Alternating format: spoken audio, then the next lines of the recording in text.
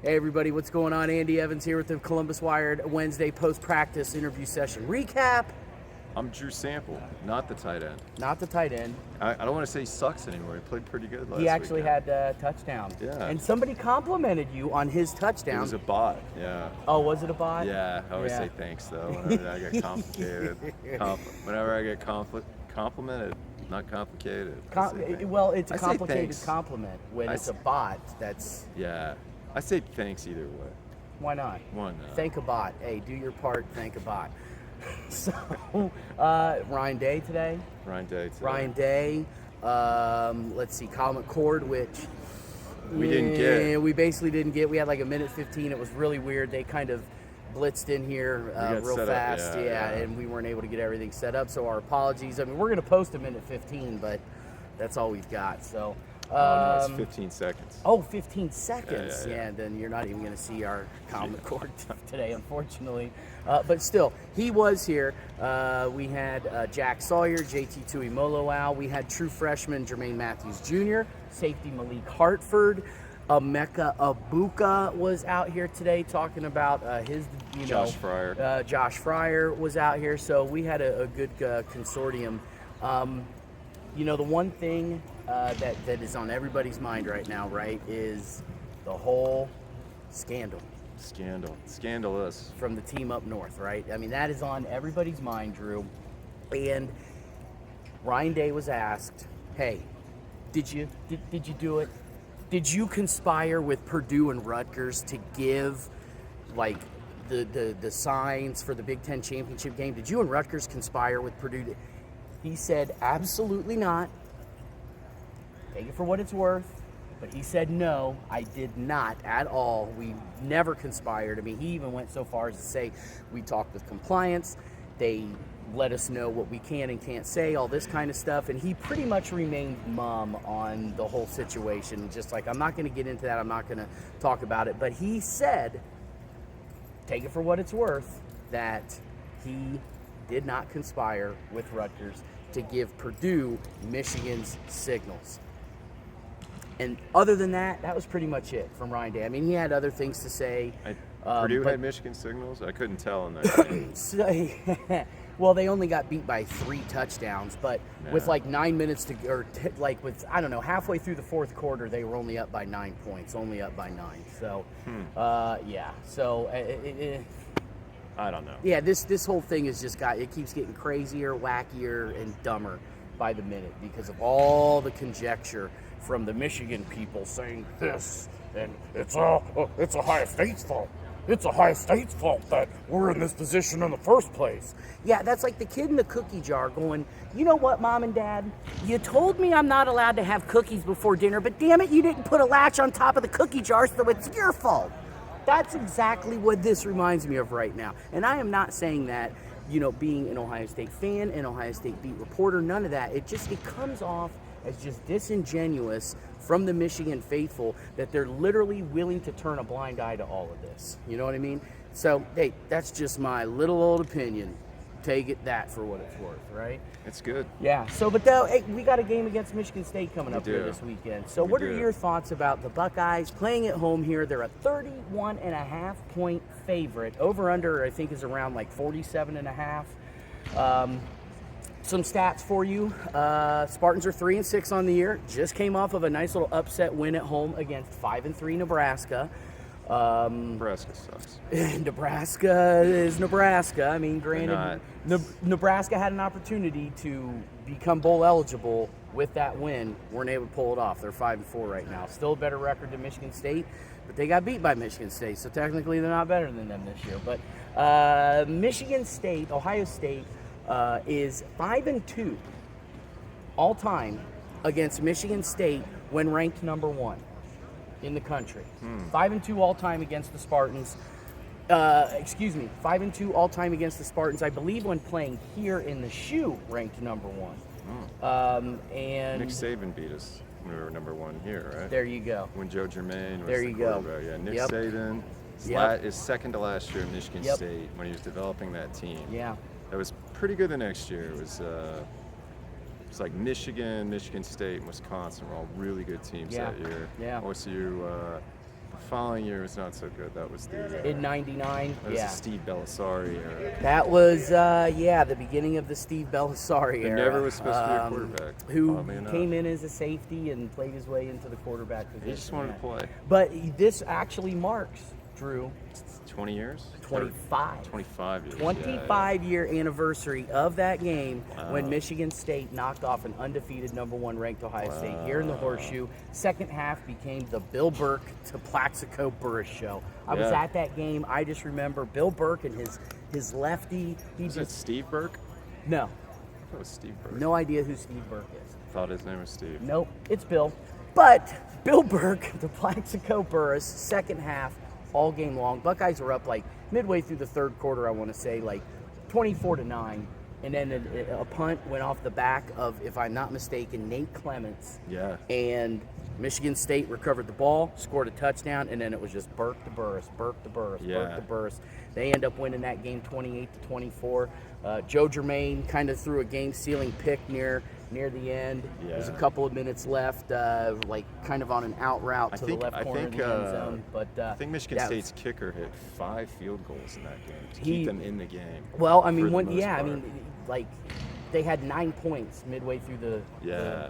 third quarter, and So they it's ended up four field goals. scoring like 19. So yeah, it was kind of a weird way they Yeah. got to 28. But nonetheless, what do you see out of the Buckeyes playing the Spartans this weekend? Spartans, to me, it's not necessarily if Ohio State's going to win. Yeah. How much are they going to win by? I think they cover the spread. I think this is going to be a week. I wish I could have heard what Colin McCord said, but the offense is starting to put it together. I think that we don't have to run Marvin Harrison in a bunch of different ways anymore due to the fact that Mecca Ibuka's back. We got Travion Henderson, so I don't think it's going to be seeing Marvin running weird routes underneath to get him the ball like it was against Penn State. We're going to see more of what we saw getting Travion Henderson underneath. Hopefully that develops a threat. So then we got Emeka Egbuka and Marvin Harrison over the top. I'd like to see some deep passes from Kyle McCord this weekend. I'm really looking for the Buckeyes to win probably like 42-6. 42-6? Or 44-6, somewhere Okay. 45-6. I think we give up maybe a couple field goals, maybe not, but I think it's going to be pretty one-sided. It's a big night game Yes. in Ohio State, the first night game. Going to be wearing the all gray jerseys. Ooh, it's going to Yeah. be gray out. Yeah, Well, they're yeah. really snazzy. So I think, I think OSU wins handily. I think they're very prepared for this game, and I think it's really important for the Buckeyes offense to really put together some complete games going into Michigan. Now, if we look pretty close and then we put together our first really big complete game against Michigan, and it's this amazing game, we just ride that train all the way to the national championship, that'd be great. But I think Kyle McCord's made some mistakes the last couple of weeks. He's definitely learning from them, and I think he starts serving his pretty big warm bowls of crow for all the Kyle McCord haters out there. I can't believe how many people still are saying he's just not the quarterback to take us to the national title. Is that how they sound? No, they Well, actually. maybe some of them do. I've actually had long conversations with two close family members I love dearly, and it's always like, well, I would argue he's better than Craig Krenzel was when it comes to being able They're to throw the arguing ball. this? No, I am. You're and arguing they're like, that oh he's- yeah, okay. Craig Krenzel. I forgot about him. And so I just think it's like, C.J. Stroud put on a clinic on Sunday. And Justin Fields. And Justin Fields, Yeah. when he's healthy, who has zero offense except for himself at the Bears, and he's still putting on all-star shows. Right. So I think, it's important for the... And, had Dwayne Haskins kept, his head together on his shoulders, he'd probably be...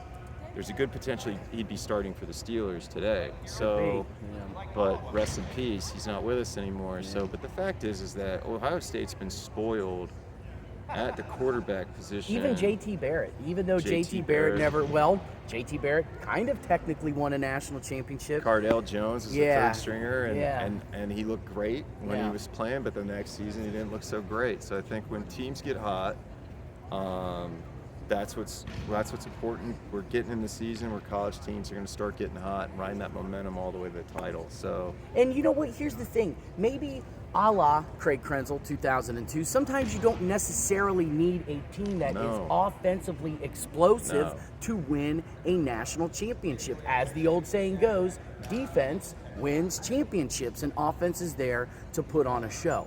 yeah. This, like we've said on our Hey Bucks podcast, which you can catch now live every Sunday. I said back a couple weeks ago, and we've talked about this a couple different times, that this team really is reminiscent of 2002. Yeah. You've got a lights-out defense, and you've got an efficient offense. It's just this offense is more predicated, at least had been up until the last couple of weeks, when now all of a sudden we saw Travion Henderson bust out and has been playing lights out himself the last couple of weekends. It was more predicated on the pass, whereas 02 was more predicated on the run. But you still had Maurice Claret was their whole offense. Maurice Claret, I mean, well, I wouldn't say their whole offense, but he was a big huge factor. Yeah. But Craig Krenzel was efficient. He was efficient. He didn't turn the ball over very often. He could scramble out of the pocket and make plays with his feet when he had to. Now, we're not seeing that out of Kyle McCord. No. But it's just overall, the offense is just, they are being efficient. Say what you will about Kyle McCord. I've been a defender of him. You've been a defender of him. We've both been defenders of Kyle McCord this whole season. You know, it may not look pretty at times, but you know what, damn it? They're undefeated at 9-0, and they're the number one team in the country. Take that for what it's worth. And the only close game they've been in is the Notre Dame game at the end of the game. Yeah. You know, it was pretty close at Rutgers, but the scoreboard you can't tell because we wore them down. Right. We beat them at their second own half, game, fourth quarter. And I think that's the thing too, is it takes a little while for this team to warm up. Yeah. It takes them a little while to warm up, but once they get going, it's like a train, right? You know, they get kind of slow starting, but once they get barreling down that track, they're difficult to stop. No, yeah, you're not going to stop them. Yeah. And I think that's the biggest thing. So, you know, I'd like to see some nice gelling of our offensive line, seeing some big plays. If we just go into Michigan State, we beat them up front like we've been doing week in and week out this season, beating other teams up at the front line, even though we're not tough. I think that's where it's at, man. I think that it's going to be business as usual, but I mean, they do need to make a statement. It's not just a win. You need to make a statement against these next 2 weeks because you're going up north, and that team's good. I mean, cheating or not, they're a good team. Yeah. So, and we're going to see how good they are against a hot Penn State team. It looked great on Saturday. That's the Maryland. game to watch. I mean, in the Big Ten, at least, that's the huge game to watch. So we'll get a lot more information, but I want to see, you know, like I said, what I'm expecting to see. What about you?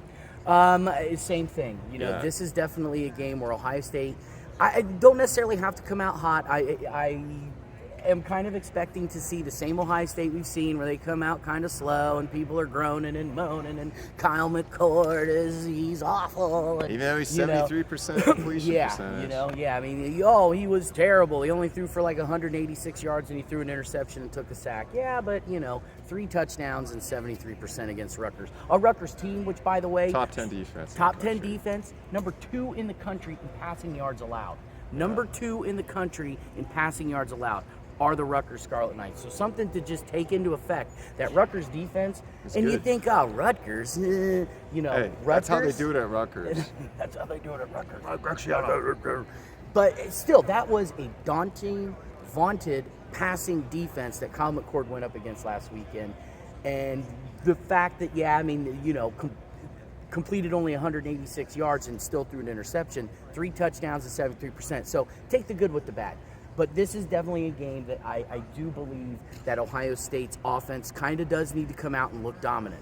Yeah. Because like you said, these next 2 games, Michigan State, Minnesota, at home, these are kind of tune-up games. It's time to put everything together. You've got to kind of come out, and Ryan Day's been talking about this all season. We want to start playing our best football at the end of the year. Absolutely. It's the end of the year. Yeah, it's we're in time November to start now. Playing the best football. Yep, absolutely. So I think that Ohio State definitely needs to come out here They need to assert their dominance. They need to look good offensively. I will say that, but I'm not necessarily expecting them to be overly explosive, but maybe look a little bit more explosive than what we've seen, in some games this year. You're saying around 42, 45 to 6. I like the 6. But me being the old pessimistic Peter that I am there, Drew, I'm going to reel back my offensive, once again, offensive expectations not overly high, but I do want them to look a little bit better than what I've seen. I'm going to say 35 to 6, Ohio State, which means they missed the spread by 2 points. All right. But that's my story, and I'm sticking to it. So, once again, I'm Andy Evans. I'm Drew Sample. And every Sunday live. Check us out on Yamo. Hey, Bucks, you can check us out on Yamo Media app in both the Play, whatever the hell Android store is called, Play Store, and the App Store. Yeah, whatever. Check us out, or just catch us live on YouTube. Yeah, catch us live on YouTube on the Yamo Media YouTube channel. Hey, Bucks, check us out, share us, and otherwise, See you guys soon. we'll talk to you Sunday.